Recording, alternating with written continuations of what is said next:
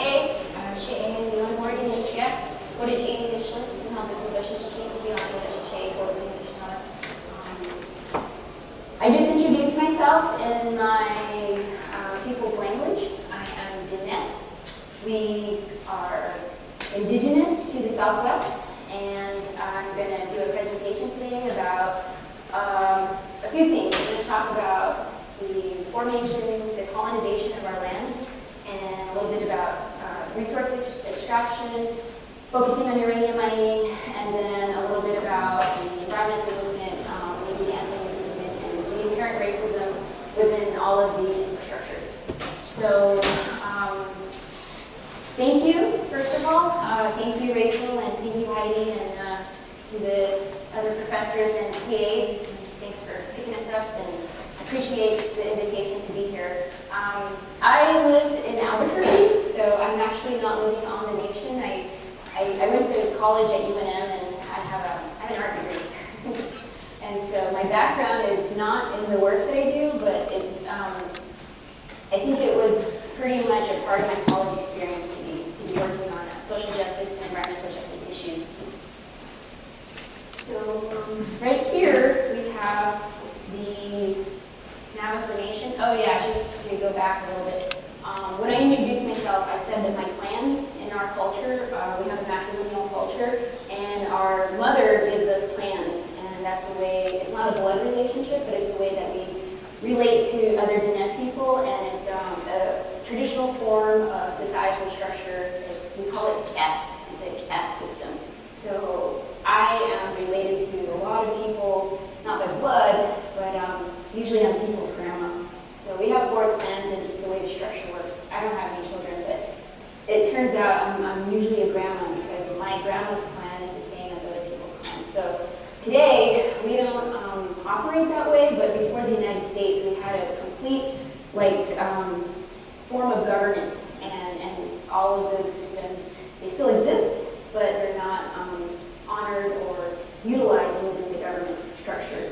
So this is, I'm going to explain the difference between the colonized area we called Navajo Nation and what Diné is. So Diné, this word here, like earlier it was stated that I helped to found Diné No Nukes. We're still in the process of getting everything together, but our website is www.dinenonukes.org. And Diné, it means the people. It means singular man, and it also is the word for our language, our culture, and basically our way of life.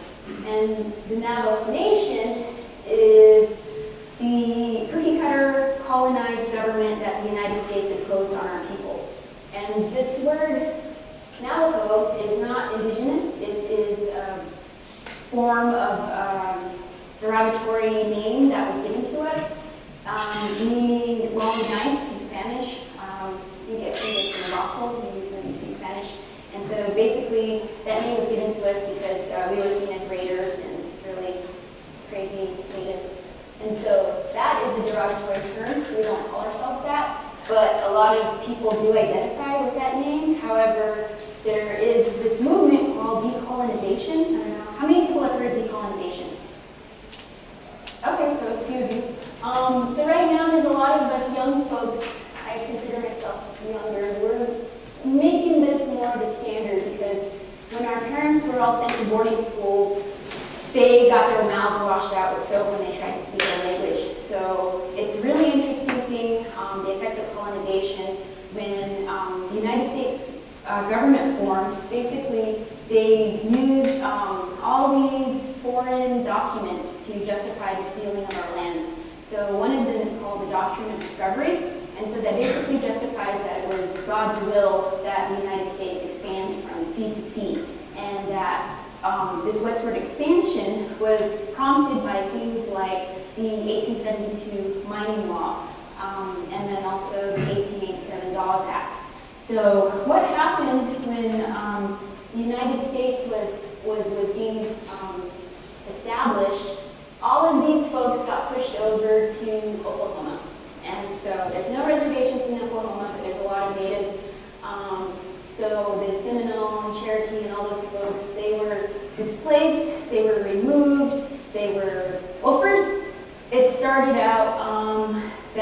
United States, they didn't know how to deal with the Indian problem. So we were actually dealt with in the Department of War, and they basically tried to eradicate us, and they couldn't kill us all. They assimilated us, and this is all done through the systematic government federal Indian periods.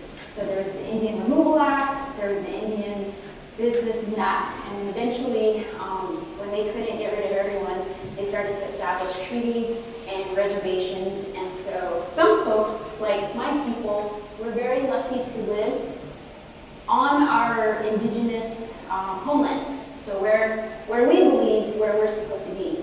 So this is the evolution of the Navajo Nation. You can see the first treaty in 1868, when that was signed, established this area as the Navajo Reservation, and then through executive orders and other processes, we were given or not given, but we were able to establish a bigger land mass. And just to give you guys an orientation of Denetah, the Navajo Nation is the colonized government, and it uses a system like the federal government. It has a 3-branch government, judicial, executive, legislative, and it doesn't work in harmony with the traditional ways. So we have medicine people, we have traditional leaders, we have all kinds of things from our ancestors that are still in practice.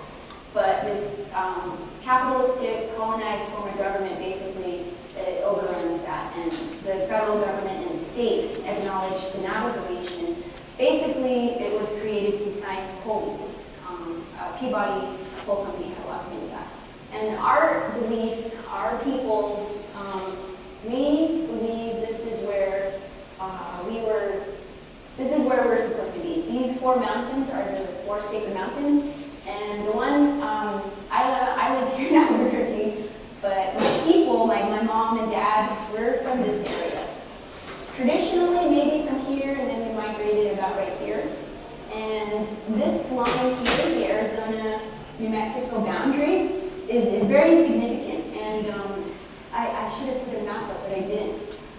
This is an Navajo Nation that people recognize, this entire landmass, and I think we're here somewhere. But basically, if you look at this and this and this, none of them are the same, and none of them are accurate. One thing that happened was in, I mentioned earlier, 1887, there was this thing called the General Allotment Act. And what happened was, in order to continue to colonize the land and to justify taking it, there was a move to conquer, to divide and conquer. And so this basically was a form of taking a communal land holding and then breaking it up and dividing it into individual ownership. So what happened was the federal government created these Indian allotments, and that gave individual private ownership to indigenous peoples, and these still exist today. So it's really significant because right here on the Navajo Nation, we have a law against uranium mining. So our law against uranium mining basically is only, our jurisdiction is only on the west side of Arizona. So this side of the Navajo Nation, again, I'm sorry, I apologize for the whole horrible map, is a checkerboard area. Let me switch to a different map real quick.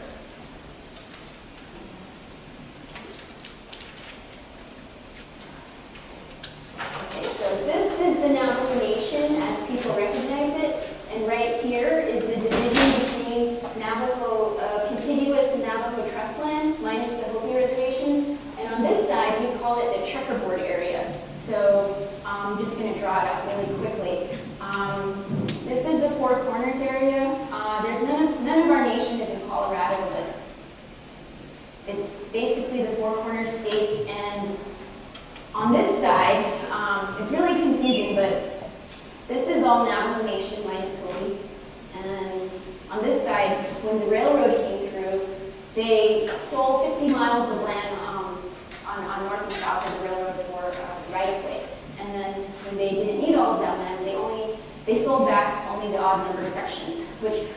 a literal checkerboard in this area of different jurisdictions. This area we call Eastern Navajo. We have 5 agencies, and the Eastern Agency is called the checkerboard area, and is considered one of the most complicated areas in the United States by the U.S. Census because there's over 50 different land statuses. There's tribal trust, there's tribal fee, tribal lease land, ranches, then there's private land, state land, federal land, BLM land, DOE land, railroad land, and then of course you got the Indian allotments. So, and then there's also a split estate. So the surface rights and water rights are different than the mineral rights, subsurface. So this is a very, very, very, very, very complicated area when you're talking about regulatory agencies. Okay, so I'm just kind of setting up what the work that I do so you get an idea how complicated it is. So the Dawes Act was what established those allotments, and we have them at Navajo, and they have some up in the Lakota country, Sioux, so-called Sioux country. And so these Indian allotments, they're all throughout the United States. And it's earlier there was a discussion in the class. Folks were talking about the compromise for feeding your family or having a good life. Well, some of these folks are facing, not that guy, but the people who own the land now, they're facing some serious problems with that, because what happened in 1887 was they took one section of land, and when they gave a man, the head of a household, like I think a larger number, and a single female, a smaller number, and when that individual died, it was split among their heirs. So I'm assuming they have 4 heirs.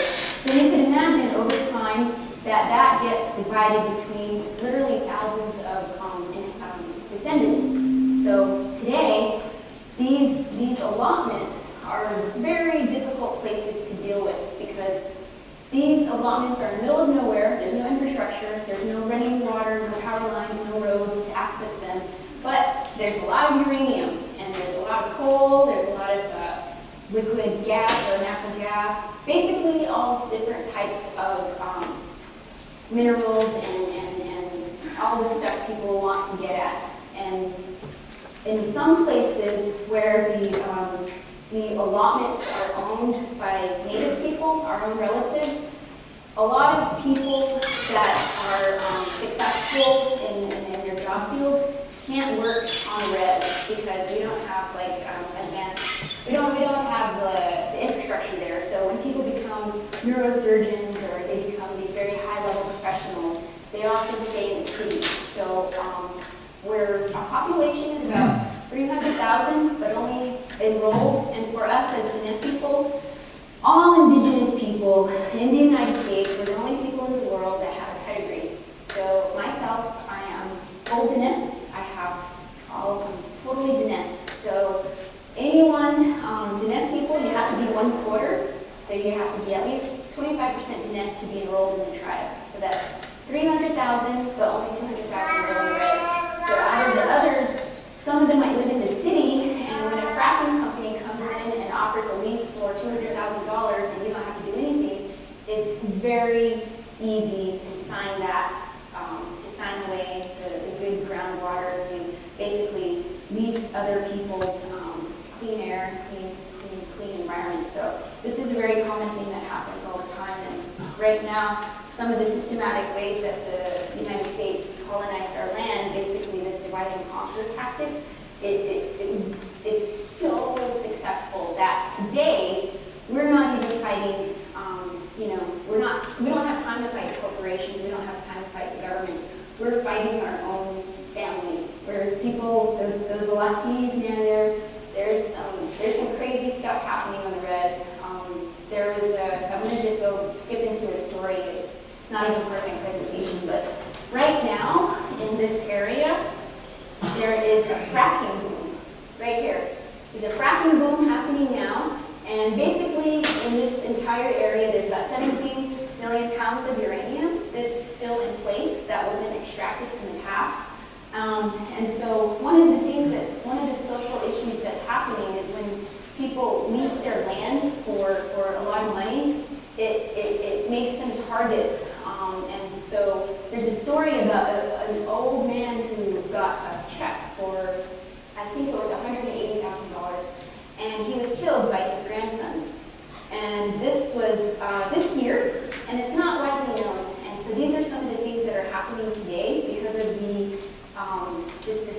poverty and, all of the different issues that come with living on the nation.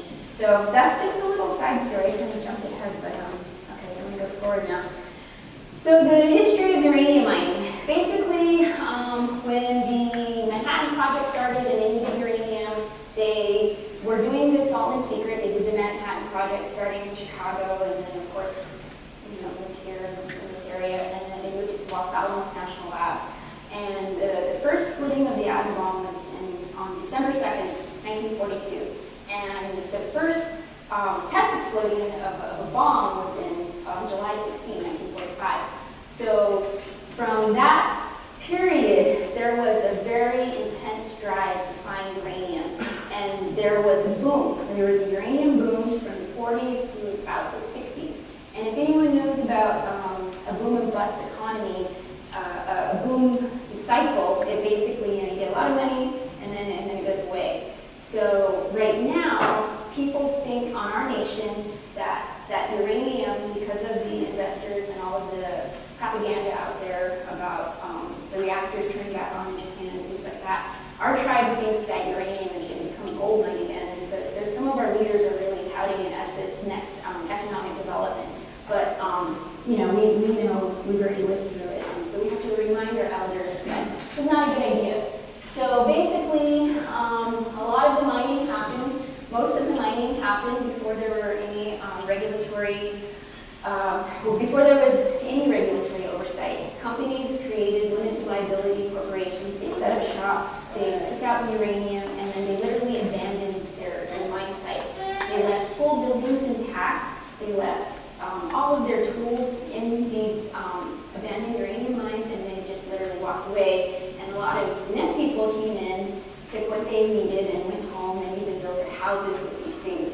So there's people that I'm going to go back to the map again.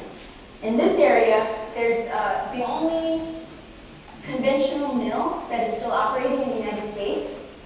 In Utah, in this area, a lot of people, the story is common that people used mine materials to build their houses with. And some of the stories I hear are that entire families died from brain tumors and cancer, various other health problems.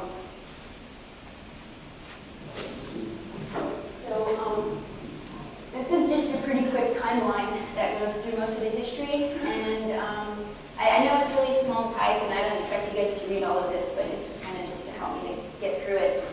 All of the mining that occurred was before the National Environmental Policy, not all of the mining, a lot of the mining was before the National Environmental Policy Act, which was signed in 1969, and then the Clean Drinking Water Act was signed in the 70s. So all of the mining that happened, basically, there was no laws in place saying that they had to, talk to the communities. There was no free, open, prior, and informed consent.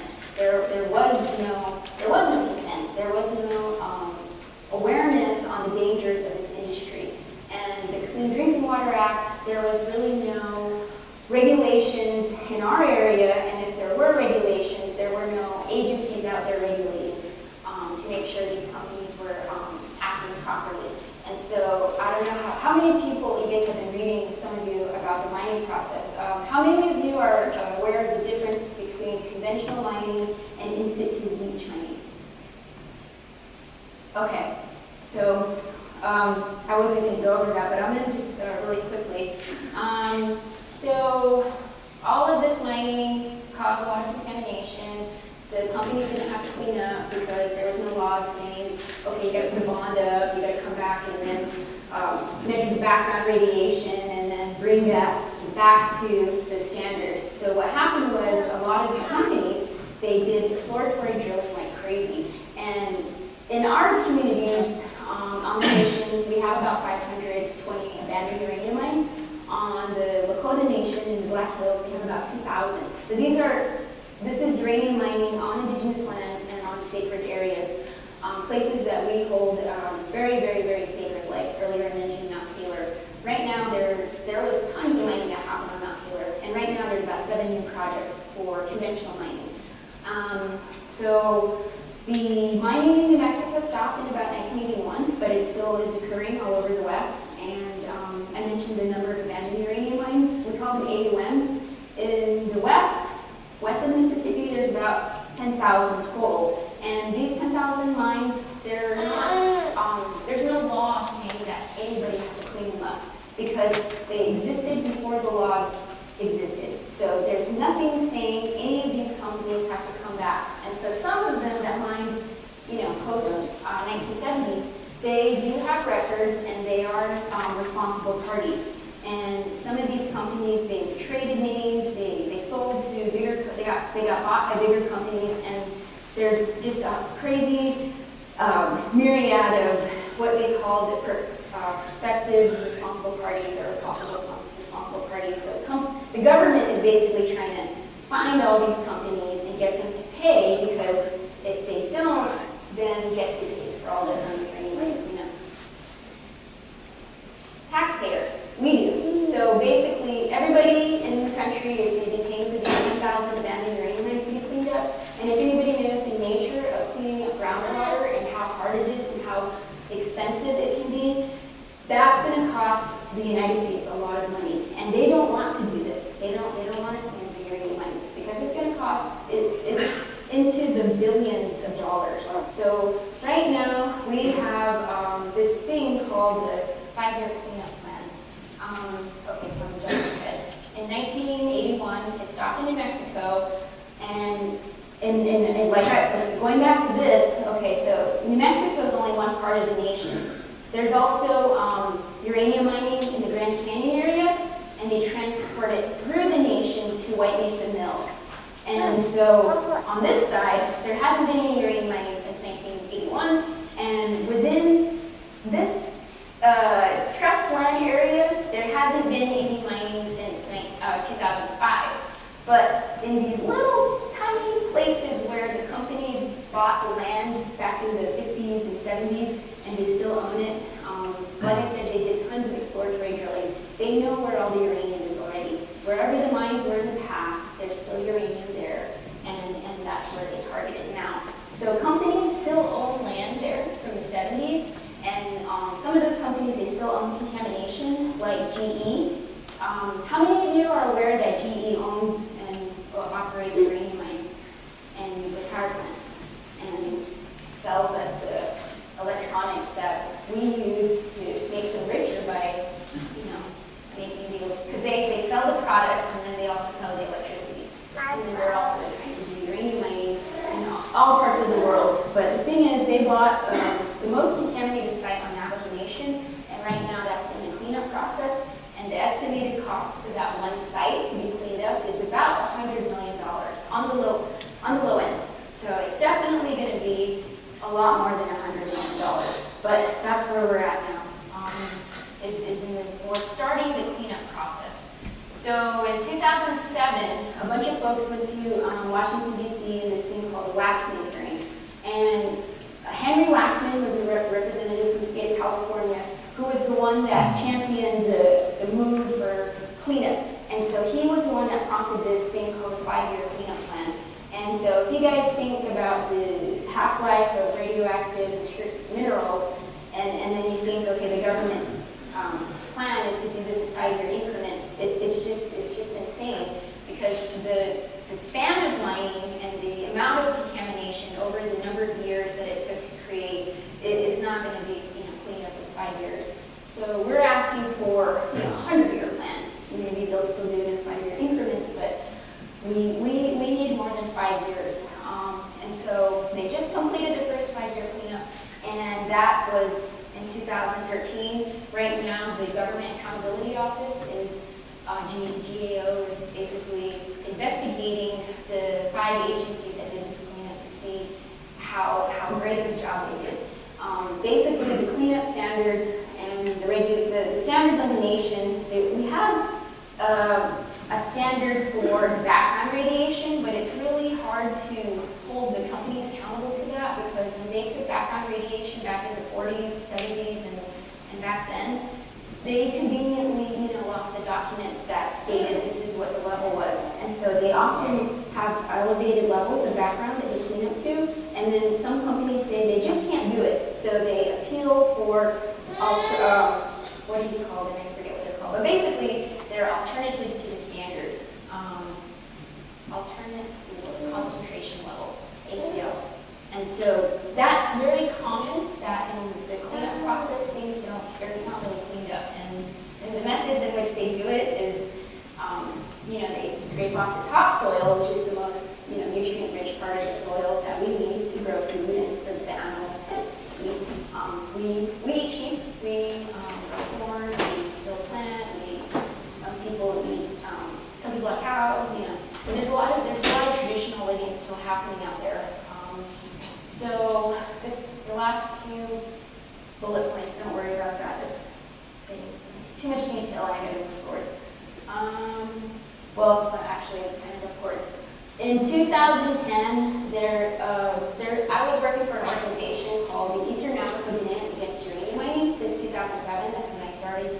And then I recently just transitioned into starting a new organization because in Dom, they were focusing primarily on one site right there. One site that is a proposal for new mining called in situ leach mining.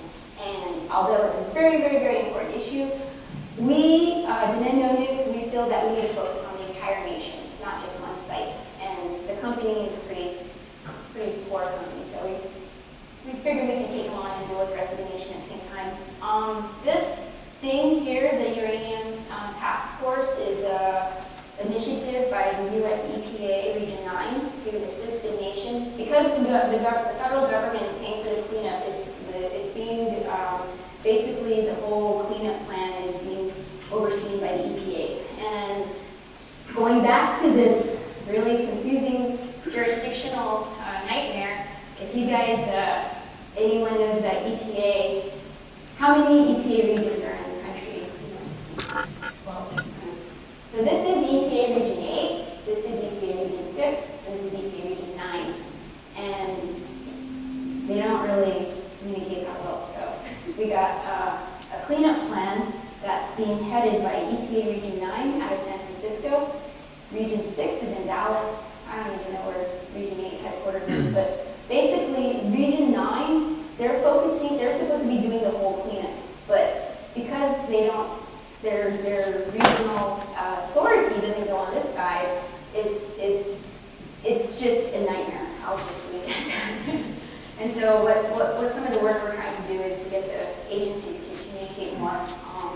And so I'm dealing with the EPA, EJ office out of Dallas, but really I should be dealing with the CERCLA office out of San Francisco.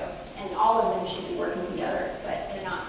So the differences between conventional mining and milling on the Navajo Nation is basically conventional mining, people say, oh, that's the old mining, and then ISL, that's new mining.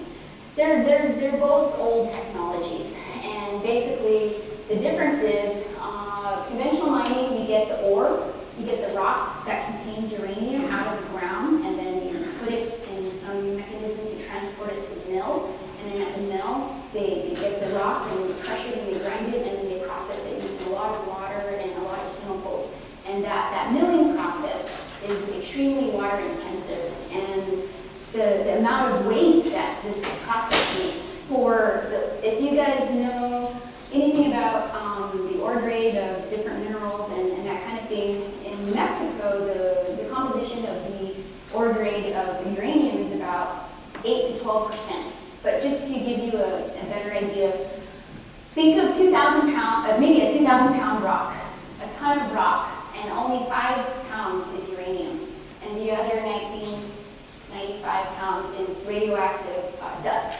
That's basically they call it tailings, and so there's a lot of tailings piles all over the res, and these are not fenced off, and some people think it's their natural and they're part of the landscape, and animals graze and move all over these places, and so people still live right next to abandoned mines. This is an open pit mine, so there's this would be like an added, you go into the side of the rock. Then there's shaft. There's a lot of shaft mining. There's one proposal for a mine on Mount Taylor, which will be 2 shafts, 2,000 feet into the ground, and that project is half owned by the Japanese government. It was Sumitomo is the owner, and the other owner is Energy Fuels from Canada. Canada has a lot of big uranium companies. In Saskatchewan, we have our relatives up there to the north called the Dene. The Dene Saskatchewan, and they have the most powerful uranium in the world, a very, very high-grade uranium. And there's no roads out there, so you have to fly over to the communities. And so I went to visit the community, we flew there, and the entire horizon was uranium mines. And then we flew to this little lake, and the lake, they call it Wilson Lake. They use it for, fishing or caribou come. That's what they eat still. And they said when there's dead animals, dead caribou, dead birds, and they report it or they turn it in, they never get the results back. But the proposal for that community, that little lake, and that little tiny little community, they were surrounded by uranium mines like Hennico and Ariba, and the companies were proposing to do another lake. So they're in a much worse situation than we are in Navajo. In Canada and Alaska, they have a lot of uranium mining, and the United States colonized our lands first, and so when they got to Alaska, they were really good at colonizing the native lands, and they used ANCSA and other methods to further get at these minerals and make it even harder for the indigenous peoples to have their rights to it and protect their land.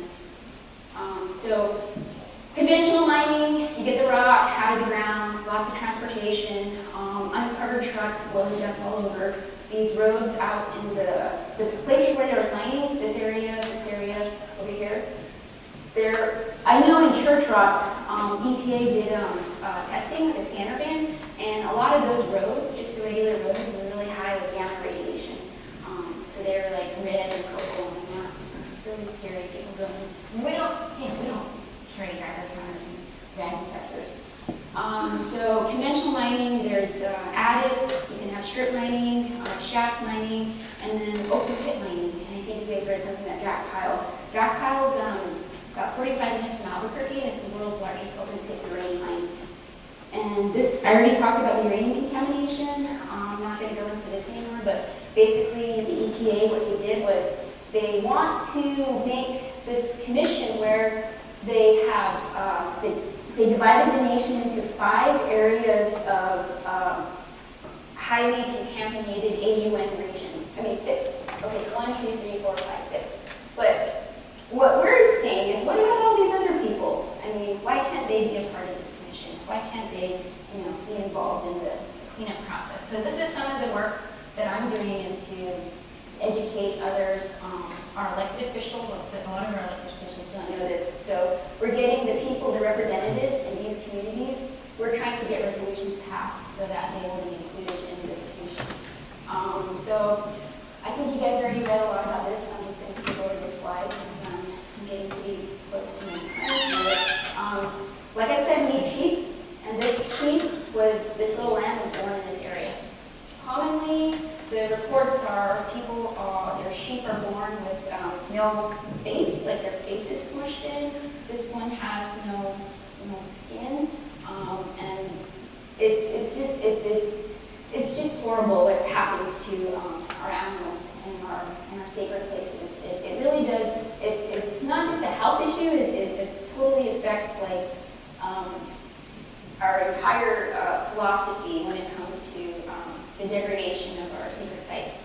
This is a slide telling what ISL mining is. It's kind of like fracking. You drill wells into the aquifer, and so the mining I was fighting in the company that I was working on, we had a big victory in July just recently. Anyways, the in-situ leach mining, what they do is they drill right into the aquifer and they inject sodium bicarbonate, which will mobilize the uranium, and then they pump it back up.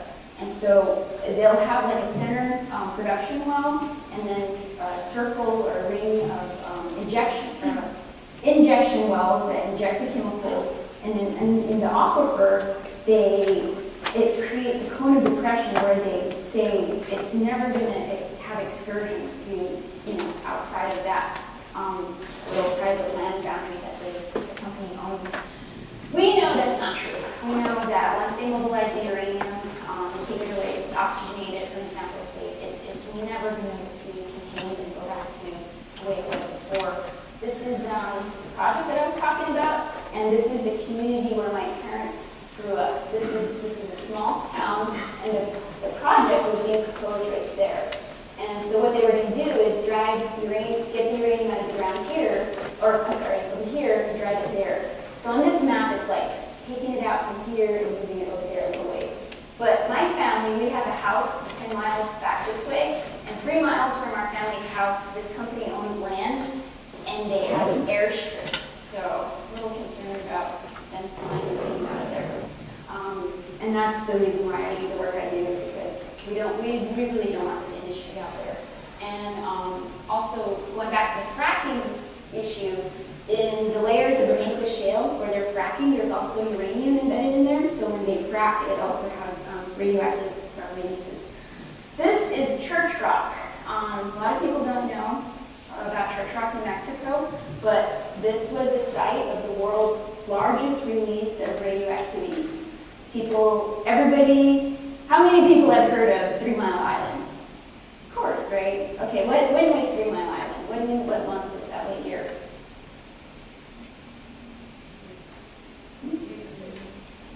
It was in March 1979. And everybody has heard about this. We call it TMI. We heard about Chernobyl. Everybody's heard about Fukushima. But nobody has heard about Church Rock. Church Rock happened in July 1979, 4 months after 3 Mile Island. What happened was there was a company that had a mill. They had a lot of mines, and this whole area was inundated by mining. So there was I'm going to take a little bit more time. So in this area, the Northeast Church Rock mine, there was 2 companies that had 2 conventional mines 2,000 feet into the earth, and they were connected underground. Today, there's a community living in between those mines, and so that's the number one priority site for cleanup in the nation, because the families are still living there. So the governments are proposing to move them out into town so they can live in a hotel or trailer for 10 years while the government cleans this up. And what they're proposing is they're going to clean up one site, and then that's going to take, I don't know how many years, maybe 5, and then clean up the other site. The community doesn't want that. The community wants them to clean up the whole thing at the same time, because they've already gone through 5 years. And what happens is, on these hills and the slopes, basically when the rain comes, it just washes down all that contamination again. So even though they've done cleanup, people have gone with rad detectors to test to take readings. And alongside the road where they have the drainage ditches, where the hills bring the water, there's high levels there, right alongside the roads. And kids are sitting there waiting for the bus, playing in the dirt and stuff. It's really heartbreaking. This place here is the place I mentioned about the ISL mining proposal in Church Rock, and they would drive it 45 miles to Crown Point. And these areas, there's a lot of animals on the road, the roads are in poor condition, there's no lights. Sometimes the roads don't even have paint on them, you can't even see the lines. So people are very concerned about accidents. But the thing is, accidents, we don't even need to consider accidents, because it's not like if an accident happened. It's basically guaranteed contamination. So it's guaranteed contamination, but the concern is, what if an accident happens along the way to point B? The nearest hazmat facility is 2 hours away, and most of the people in our communities don't have the treatment. The hospitals have come out saying, we don't have the facilities for handling any type of radioactive catastrophe. So all of the local emergency first responders, they're like, don't do this. And the thing is, the money talks. This here is where the largest uranium spill was.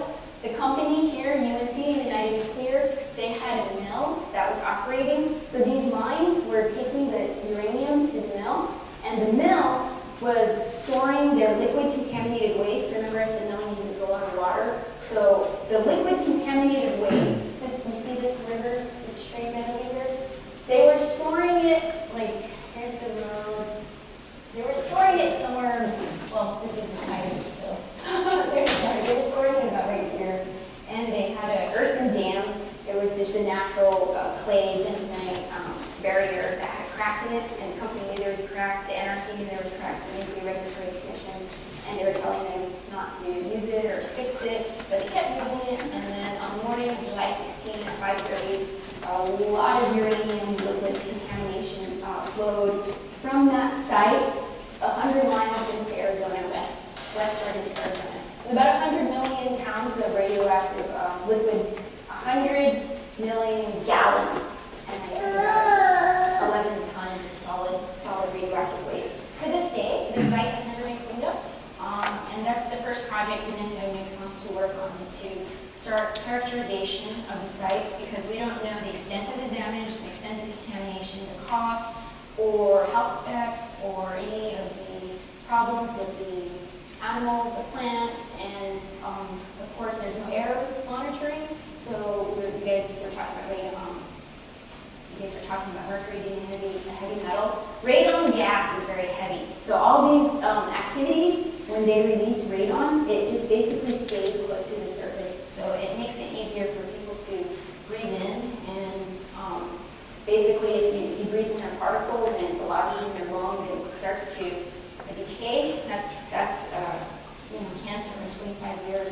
So this is the #1 site of concern for a lot of us on the nation, because there's several places that are still contaminated, and yet there's a brand new proposal for new mining right near the largest #1 contaminated site, the world's largest uranium tailings spill, and they're still trying to start mining on a little piece of private land in the Charlotte area.